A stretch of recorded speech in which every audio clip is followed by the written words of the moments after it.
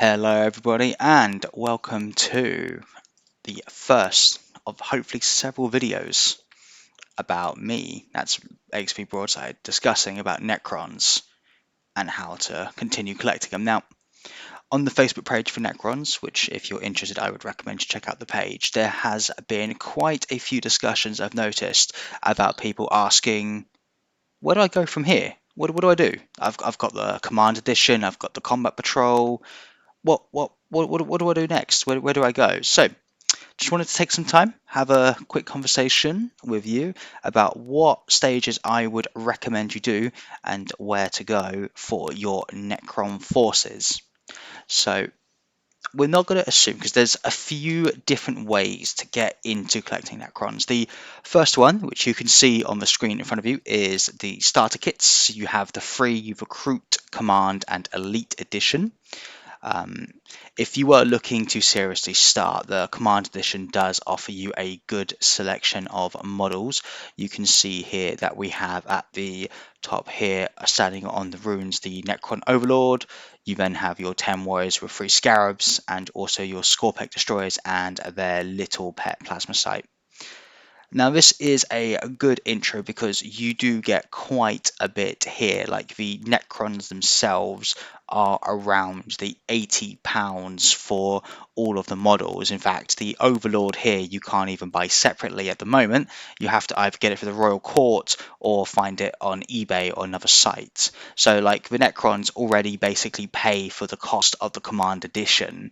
And then you also have your Marines as well, some Outriders, some Assault Intercessors, and also your Captain over here, which if you're a dedicated Necron player, sell them off on eBay, flog them on some other kind of third-party site, make some money that way. You also then contain the rules as well as some sheets for the Necrons that you got there as well, and also a couple of books and transfer sheets as well. So the Command Edition is definitely a good place to start. If you are interested in some of the Necron models, but you aren't overly fussed about getting everything in the box here, you could look at the Elite or Recruit editions as well. Contains less models but have a cheaper price point and still comes with the core rules, which is what you would need as well. Okay, so let's just say you've got some Necrons and you're not really sure where to pick up. So the first place I would recommend any Necron player looking is the Necron Codex. This codex contains all the information you need about how to play Necrons, their armies, their faction traits, their stratagems. It contains everything Necron, including a hobby section, a crusade section. If you were looking to play Necrons, I would recommend the Codex as the first place to start off with, because the information from the Codex would help you then plan decisions about the next couple of units that you may want to buy. Now, I do just want to iterate that this is your army. If you're collecting Necrons, your army, you want to pick up a unit that I don't mention, then pick up that unit. If you like what looks cool, then just pick them up. Like, for example, Triarch Praetorians. I love a good bit of Triarch Praetorians. Granted, they're not like the most optimal units right now, but they look cool. So if you me, go grab yourself a box of Triarch Praetorians. There's nothing stopping you. It's your army. But I just want to highlight a list of a couple of units that Necrons do like to use and also could be potential good places to start off with. And I'm looking at this from just a list of functional strong Necron units to start off with, just because if you're like me, you want to make wise investment decisions for Necrons. You don't want to just buy units that won't be used and just sit on the shelf. So let's go for a couple of options, shall we? Let's start with the Immortals. So the first thing I do when I design a list of units that I would like to look into purchasing is I always start by trying to fill a battalion detachment. And a battalion detachment, for those who haven't quite looked at the rules, is basically 2 HQs and 3 troops choices necessary. Now, as you can see from the Command Edition, you only get 1 troops choice, so you'll need to fill them out from some other ways. There are ways to do it. Immortals are a good place to start off with, as they are quite durable, quite tough troops. It is unfortunate that you would probably need to get 2 boxes per troops because a unit of 10 is better than a unit of 5. But if you want to, you could just get 2 boxes and just 2 small units of 5, and then that's basically your battalion filled. So I would recommend Immortals. They're tough, they're durable, they've got good long range firepower. You can split them between the Gorse, which is here for that long range mid table firepower, or Tesla for close range anti hordes. And you can even, if you want to, assemble them as death marks if you've got enough troops and you're just looking for some sniper fire as well. So the kit is quite versatile. But Immortals are one of the units I would pick up on. One of the units I haven't selected is the Necron Warriors, and honestly the reason for that is it's been well documented that the Necron Warriors are £29 on the Games Workshop site, whereas the Recruit Edition is £35, and with the Recruit Edition you just get a lot more models for that price point. So if you were looking to bulk out your army by Necron Warriors, go get the Recruit Edition. Just go get yourself some extra models for like a fiver. It's well worth the money, 100% well worth the money. But moving on to the next unit here, or the next box here, we have the Combat Patrol Necrons. Now, I've selected this box because the first purchase of the Combat Patrol Necrons is actually a fantastic purchase if you're looking to just get a good chunk of a Necron army in one go. As you can see here, we have the 5 Immortals, 5 Death Marks, the Overlord with the War Scythe and the Resorb, and you also have the 3 Tomb Blades, as well as the Night Scythe or Doom Scythe. Now what's cool about this kit is that the Immortals and the Death Marks, as previously mentioned, are both the same kit, just with different sprues. So this box is actually effectively 10 Immortals rather than just 5 of each. But this is a great way, like this box is about 600 points worth of models, and like the Immortals, the 2 boxes of Immortals are 50 quid. The Tomb Blades would be like another, you get an Overlord and a Night Scythe for free with this deal. So if you're just looking for a chunk in one go, definitely recommend the Combat Patrol Necrons. I will say that the box starts losing value. It has diminishing returns the more you buy it, since excess Overlords would probably go to waste. You tend to only run one if you run an Overlord to begin with, and also the flyers themselves, the Night Scythes and the Doom Scythes, are currently not the most competitive choices available, being that they cannot hold objectives. So at that point you would stop saving money really. You would just have excess flyers. If you want to play mono flyers and go for it, that's cool, but it stops becoming a cost effective choice after the first box.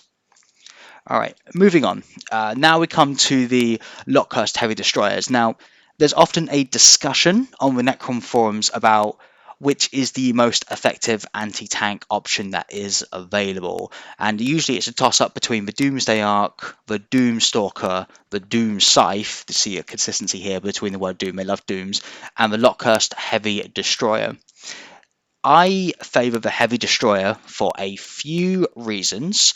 For one thing, it's a Gorse Annihilator weapon, which isn't this one here, it's the other one that comes in the kit, is by far the most consistent anti-tank weapon that the Lockhurst Heavy Destroyers have available. In fact, Necrons have available. With the Doomstalkers and the Doomsday Arks, they have a random number of shots as well as a random number of damage, and when you're trying to take out tanks, the swings from this can be quite wild, and it becomes very difficult to work out, are you reliably going to kill this tank, are you going to struggle? So that's why I recommend the Lockhurst Destroyer, the Gorse Annihilator. It has random damage, but it has some consistency in it. You're looking at a minimum of 3 damage, even if you roll the absolute worst. Also, the unit itself, it's cheaper than the other options. It's got a smaller footprint for another one as well. You can hide them a lot easier. They're also infantry as well, so can carry out things like actions and objectives. Like, let's just say you take a Lockhurst Heavy Destroyer and you're playing a mob of 30, you're playing an Orc Green Tide list of like 100 boys or orcs or some stuff like that. you can still use the heavy destroyer to go grab objectives, go perform actions, maybe take cheeky shots if necessary. So the destroyer is always useful. And in a game like 9th edition 40k, where you need to carry out actions and you need to carry out objectives to score those points to win, having flexibility on your units is fantastic, and hence why I strongly recommend that Necron overlords pick up these heavy destroyers for anti-tank purposes. The next unit I would recommend highly is the Chronomancer. Now, the Chronomancer is one of the 4 cryptechs, but it is, I believe, by far the most universally popular. And the main reason for that is that the Chronomancer offers you the ability to slap some extra survivability onto your units. 40k right now, you probably are aware, is quite a dangerous game. There's a lot of firepower, a lot of combat, a lot of damage. Drukhari can absolutely blend through pretty much anything, and so any extra ways to add survivability onto your units from the Chronomancer is really useful. Coupled with Chronomancer's survivability, also adding the ability to reroll advances and charges means that the Chronomancer is a very efficient way to keep units alive. It's very cheap. It's another character as well for command protocols. So if you need to just sort of expand your command protocol net, you have the Chronomancer as well. They're quite fast, and also their weapon, their ranged weapon, the Eldritch Lance. I believe it's the Eldritch Lance. It's really entropic lance, it's right here on the webpage. The entropic lance is a really strong weapon. It's basically a dark lance in how dangerous it is, and just having one floating around there for very little investment, because you're pretty much always taking one of these Chronomancers. It's a very useful thing to have. So a Chronomancer has made it into every single Necron list I have written and have planned out in the future. It is always one of the first things I put in every single list, just because of its utility, its ability to keep alive your Necron warriors, your immortals, your Scorpec destroyers. It's a very effective and efficient model, and so it is definitely up on the list of things that I would recommend you add to your Necron army. Moving on to by far one of my favorite infantry units in the game, and the thing that keeps the Triarch Praetorians sadly just a little listed for a unit in the future, the Lich Guard. The Lich Guard are what I like to think as the almost epitome of tanky infantry models in the game. These infantry, like toughness 5, with sword and shield, 2+ armor save, 4+ invuln save. You have the ability to regain wounds with living metal. You have resurrection protocols, so if you do lose Lich Guard, they can get back up. They only have 2 wounds, which, while is unfortunate in when we live in a Space Marine world where everything has 2 wounds and people are taking up for AP2 just to deal with Space Marines, there's actually a slight benefit in losing a couple of Lich Guard at one time, in that you're more likely to resurrect them with command protocols. Coupled with another cryptech, the Technomancer, which we'll get onto in a second, the Lich Guard are a very durable, very tough backbone of the army, and they're also quite killy as well. Granted, you will most likely run them with swords and shield to get this amazing durability, but I mean, they got like 3 attacks each base, and then you can throw on some extra abilities to get them extra attacks, such as their stratagem. If they're within range of a noble, gets some extra attacks. If they're part of Novok, they get extra attacks as well. And even though it's like a power sword, they're really no joke. We're talking strength 6 with just the sword, strength 7 if you start throwing on the strat for Necron core units for +1 strength, and then they go strength 7. And then if you get a nice timely protocol of the Hungry Void, since you're usually escorting them, then they're usually escorting a character around, then they go to strength 8. Just you're wounding Marines on 2s with power swords. Yeah, you don't have the 2 damage from the war scythes, but you don't need the 2 damage from the war scythes. You have a million attacks. This is why I like the Lich Guard. It's not only is it one of the strongest backbones in the Necron army, one of the toughest units for them to kill, they also dish out a bunch of damage. And then when you start resurrecting them with Technomancers as well, your opponent's face is just gonna it's gonna be upsetting. So yeah, Necron Lich Guard, definitely one of the units I strongly recommend Necron players to go pick up when they can. They will never let you down. In my personal preference, I prefer Lich Guard as a combat unit over Scorpek Destroyers. Scorpeks are great, but with no invulnerable saves, they will fall over. And because they've got 3 runes, their resurrection protocols not as good as Lich Guard. Okay, now on to the Cryptek here. This is my stand-in for a Technomancer. Strictly speaking, the Necrons don't have a model called Technomancer. They have 2 models called Crypteks, because back when the Cryptek models came out, there wasn't any distinction between the different schools of Cryptek. Like, there wasn't any Technomancers, Chronomancers. They were all just Crypteks. But yeah, this is going to be the Technomancer. Now, this is a bit more of a situational. This isn't a slam dunk taking your army like Locust Destroyers, Lich Guard, but this is something that I like as well, just because of the synergy between the Crypteks and the Technomancers and the Necron core units like Warriors, Immortals, Lich Guard, stuff like that. And that is just the Necron's key identity is durability. And their durability isn't by just having stats that makes them rock hard to kill, unless you're Lich Guard when you get both. Their durability is keyed on the resurrection protocols and having models get back up after they get killed. And if you have a Cryptek just regenerating Necron, Warriors, Immortals, Lich Guard every turn, then your army just increases its durability. It becomes more frustrating and your opponent needs to commit more resources to kill. And just trying to shift a blob of 20 Necron Warriors with Technomancer and Chronomancer support off objective, it takes a lot more resources and investment from your opponent than it is for you having this unit on there. While the Necrons can also hold the point, scare people away with Reapers, or just provide sort of long range firepower of Gorse Fires. So, not to mention with the Canoptic Cloak as well, you can fly around, heal your vehicles, heal your command barges, heal your Scorpeks if they've taken some damage. The Technomancer, it's got a great use. I would just recommend a Technomancer if you would want one. Like I said, it's not as slam dunk as a Chronomancer. The Chronomancer, I believe, is a superior Cryptek because that 5-up invuln is basically always going to be useful. But it is definitely the second. It is definitely a close second in my favorite Crypteks. All right, here we come to the big boy, the Catan Shard of the Nightbringer. Currently, I rate this as probably one of the most, actually, just look at this price point compared to what the Nightbringer can do. Now, this is obviously a rare upside of the model being old and quite dated. I mean, this was the Nightbringer model back when Necrons were released in 3rd edition, and this model hasn't been updated since 3rd edition.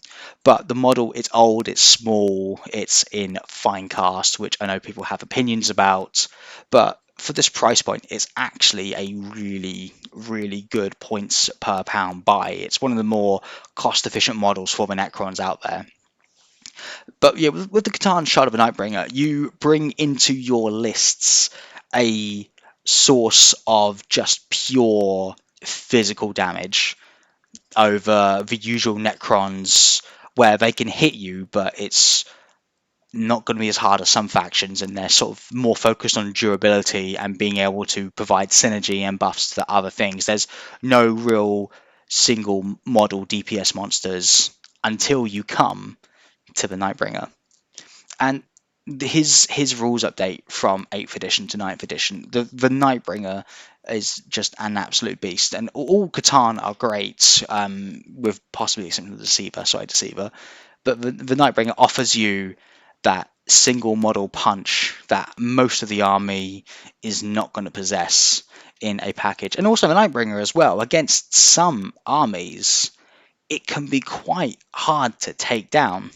So an example would be against Tau Gunlines, for example. The rules of a Nightbringer means that you can't kill him in a single phase. You can only take a max of like a couple of wounds on him in a single phase. And so armies that concentrate all their power and all their damage in a single phase are going to struggle to take him down because they physically cannot do it in one phase. That they have to spend effectively 4 turns if you think about it, because the Nightbringer has the living metal rule. He'll regain a wound. So armies that can only do damage to the Nightbringer in a single phase are going to be very, very struggling to deal with the Nightbringer.